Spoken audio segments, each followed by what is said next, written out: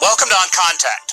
Today we will discuss the clashes between the Israelis and Palestinians with the Palestinian activist, Dr. Sami Al-Arian. We weep for every child when they die, and for every man and woman when they are injured and when they are being targeted, but there is no other recourse. I mean, the world has failed us, has betrayed the Palestinians for 28 years. They told the Palestinians, come, recognize Israel, and within 5 years you're going to have your rights in the West Bank and Gaza. 28 years later, and it's even worse than it's ever been. So I think the Palestinians are no longer believe in such flawed processes. The United States has to step up to the plate. It's as much responsible to the suffering of the Palestinians as Israelis are, because they are enabling them to do what they want. They are financing them. They are giving them all the ammunition. Every bullet that Palestinians was shot off was made in the United States. Every plane was made in the United States. Every bomb was financed and imported and paid for and delivered to Israel by the United States. And the United States has to come to realize that it is part of the problem, and unless they do major correction, it's going to continue to suffer in this part of the world. People do not hate America because of their democracy or because of their freedom. People abhor the policies of the United States because it is not just. They try to punish the Palestinians so that they can please the Israelis. Nearly all the words and phrases used by the Democrats, Republicans, and the talking heads on the media to describe the unrest inside Israel and the heaviest Israeli assault against the Palestinians since the 2014 attacks on Gaza, which lasted 51 days and killed more than 2,200 Palestinians, including 551 children, are a lie. Israel, by employing its military machine against an occupied population that does not have mechanized units, an air force, navy, missiles, heavy artillery, and command and control, not to mention a U.S. commitment to provide $38 billion in defense aid to Israel over the next decade, is not exercising the right to defend itself. It is carrying out mass murder. It is a war crime.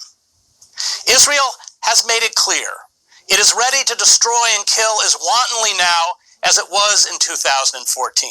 Israel's defense minister, Benny Gantz, who was the chief of staff during the murderous assault on Gaza in 2014, has vowed that if Hamas, in his words, does not stop the violence, the strike of 2021 will be harder and more painful than that of 2014.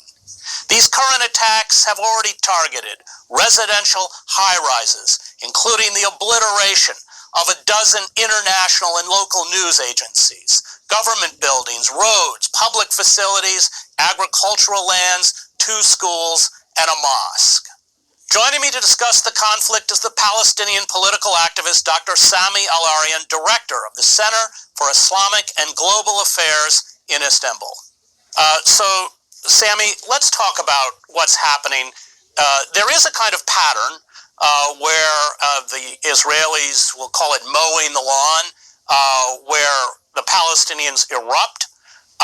Israel uses draconian, overwhelming force to inflict heavy civilian casualties, and we should add destroy infrastructure, which is then not repaired, making life even more difficult, especially in places in Gaza. Is this a repetition of that pattern? First, it's great to be with you, Chris. Well, we have to put what's happening today in the occupied territories, particularly in Gaza and Jerusalem, in the context. This thing didn't happen in vacuum, didn't happen just overnight. For several weeks, the Israelis have been trying to evict Palestinians from their homes that they lived for over 50 years in the suburb in Jerusalem, across, very close to the Al-Aqsa Mosque. And then, in addition, in the holiest month of the year for Muslims in Jerusalem, where thousands, tens of thousands go and pray at the Al-Aqsa Mosque, one of the holiest shrines in Islam, in the history of the Islamic world. And they try to impose new restrictions on people going into Al-Aqsa Mosque and praying. And then they were trying to impose a demonstration on what they call Jerusalem Day by bringing thousands of settlers inside Al-Haram, inside the holiest shrine, while people are praying. And when people resisted that and they refused and rejected these assaults, then they came in force, fully equipped in military-style invasions, and they bombed, using tear gas and using clubs and using rubber bullets, hundreds of Palestinians in a way to intimidate them, and in the words of the police chief, in order to ascertain who is dominant, who is in charge here. So it was all intimidations, and with the attempt to Judaize Jerusalem in the occupied territories in Jerusalem and try to evict Palestinians, there was, of course, an outrage and a response. And that response escalated to what we are seeing today in Gaza, including, obviously, the bombing of major areas, all residential, in Gaza, and the response by the resistance groups by sending rockets across the Palestinian areas that were occupied in 1948. But how is this different from 2014, if it is? Because there is this belief within the Israeli military that you pound the Palestinians, especially in Gaza, into submission. They're quiet for a while. They rise up. You pound them again. The wholesale violence is quite massive. On the day that the Trump administration moved the embassy from Tel Aviv, the American embassy from Tel Aviv to Jerusalem, again, a violation of international law. I think there were 60 Palestinians shot dead in protest on that very day, not a word from the administration. Are we just seeing the pattern, or is this new? No, it's a pattern, certainly. It happened in 2008, 2009, 2012, 2014, and now we're seeing it today as well. And of course, this theory of mowing the lawn or getting a haircut has been popularized by this famous saying of the Israeli general, in which they think that whenever the resistance movements get strength in terms of their ability to strike at Israel, they have to come and pound them and to teach them a lesson.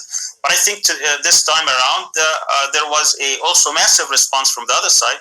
Hundreds of rockets rained on Israeli cities as far as Tel Aviv and Jerusalem and all areas in between, Ashdod, Ascalon, and the many settlements around Gaza. So it's not free ride as it used to be. I mean, you covered the 1982 and Gaza, Lebanon invasion of Israel, and how the Lebanese weren't able to deter Israel. Today, Israel doesn't dare to strike at Lebanon because of the resistance in South Lebanon and now the strength of Hezbollah. And I think what's happening is similar, obviously with a vast difference that Gaza is much closer and much weaker. But at the same time, today there are more rockets and more devastating impact of the use of these rockets than it used to be in 2014. And I think as long as this wound continue to bleed, and as long as occupation continues, these kind of clashes are inevitable. And I think the Palestinians have taught the Israelis the lesson that regardless of the pounding, regardless of the suffering, they insist on resisting and restoring their rights. And I don't think they're going to succeed. In fact, today you can see with this massive militarized state, where you enumerated the power they have, the military they've got, the assistance they have, the diplomatic cover they got from the United States, yet they are today still suffering. I mean, this massive balance of power difference between the Palestinians and Israel, and yet they're still head-to-head fighting. The Palestinians have most of the suffering for sure, but I think they are also teaching the Israelis a lesson that when people are determined to resist and determined to get back their rights, they don't give up, and eventually they will get them back. There are two things that struck me as different from 2014. One, obviously the range of the rockets that Hamas is firing. They're also firing them in very large bursts, which allows them to not to be shot down in Israel's Iron Dome project. The other thing, of course, is the unrest inside Israel among Israeli Palestinians in Lod and other places, which did take place during the intifadas. But I'd like you to speak about that unrest inside the borders of Israel proper. I think that's a major development in the conflict. What Israel wanted to do for a long time, and they were successful in some of these times, is to divide the Palestinians into those who were occupied in 1948, what is called behind the Green Line, and the Palestinians in the West Bank, in Jerusalem, in Gaza, and of course in the diaspora. And so you have 5 different communities, and they're not united, and they're not able to resist, and then they can deal with each faction, with each community separately. What we see today is a major shift in that policy, that the Palestinians inside the Green Line in the 1948 areas have erupted and have become part of resisting that colonial settler project called Israel today.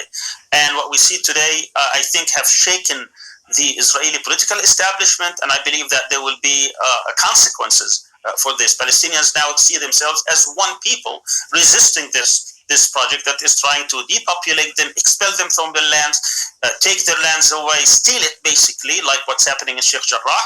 It's a pure stealing their property and their possession, and I think that is going to have major consequences. And I think it puts the international community in notice, particularly people in the United States. I think people have seen now all the rules, all the different narratives that they use against the Palestinians have now been exposed and uncovered, and people see Israel for what it is. It's a settler colonialist project in the heart of the Arab world, in Palestine, where they were trying to expel the Palestinians, replace people, and put someone else in their place. And that hasn't succeeded because simply the Jews of the world today, the overwhelming majority, have not adhere to this call of Zionists. So they stopped at 6 million, while the Jews probably about 16 million around the world.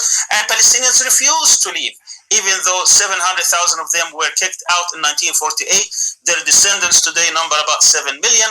Yet you also have the Palestinian people inside Palestine proper, inside all of historic Palestine, are more today than the Jews themselves. That's a major problem for Israel. What are they going to do with these people? I mean, either they will have to incorporate them, in which the nature of the Zionist project will dissolve, or they will have to impose an apartheid type regime, not only on Palestinians under occupation, but also throughout, because laws that are passed in the Knesset, which is the Israeli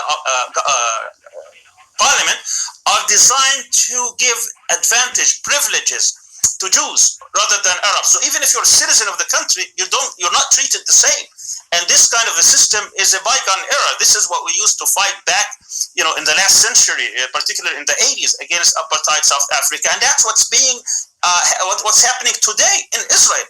They try to cover it, and they try to make it sound that this is the only democracy in the Middle East. But I think people know better now, particularly the youth. We see that there's a total rejection of this state today across the globe. The only holding country right now probably would be the United States, and not even the whole United States, just these political elites that are trying to argue what Israel has been arguing since its foundation, that it's a democracy. But that's a mockery of what's actually happening on the grounds. Great. When we come back, we'll continue our conversation about the dispute between the Palestinians and the Israelis with the Palestinian political activist, Dr. Sami Al-Arian.